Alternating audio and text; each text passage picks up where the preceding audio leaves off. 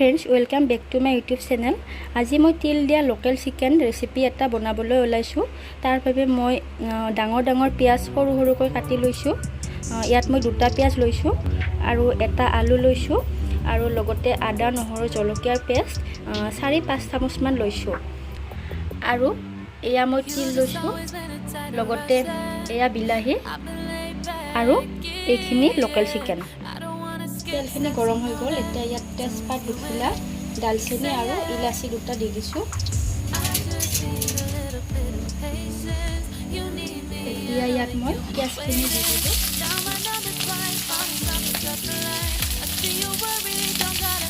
পিঁয়াজখিনি ভজা হৈ গ'ল। এতিয়া ইয়াত আদা নহৰু আৰু জলকীয়াৰ পেষ্টখিনি মই দি দিম আৰু এইখিনিও অলপ সময় ভাজিম।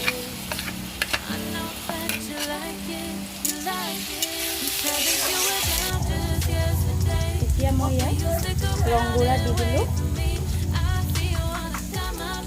সোৱাদ অনুযায়ী নিমখ। মছলাৰ ভিতৰত মই ব্যৱহাৰ কৰিছোঁ 2 চামুচ জিৰা গুড়ি, ধনিয়া গুড়ি, চিকেন মছলা আৰু কাশ্মীৰী মিৰ্চ পাউডাৰ অকণমান। মছলাখিনি মই আটাইখিনি মছলা এতিয়া দি দিলোঁ।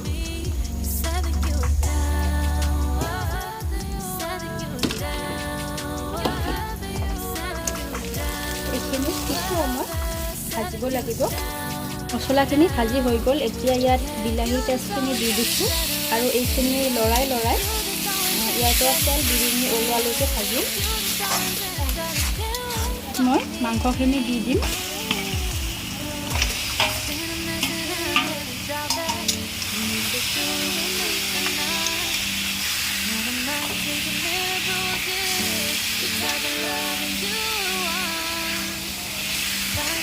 মাংসখিনি কিছু সময় লৰাই ভাজি থাকিব লাগিব।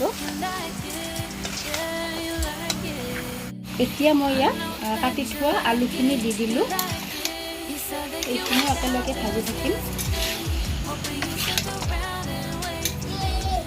মাংসখিনি ভাজি হৈ গ'ল। এতিয়া ইয়াত মই তিলখিনি দি দিলোঁ।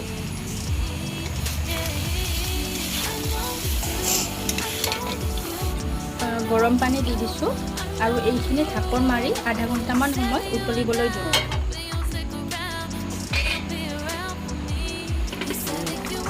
এয়া মাংসখিনি উতলি আছে, চাওক।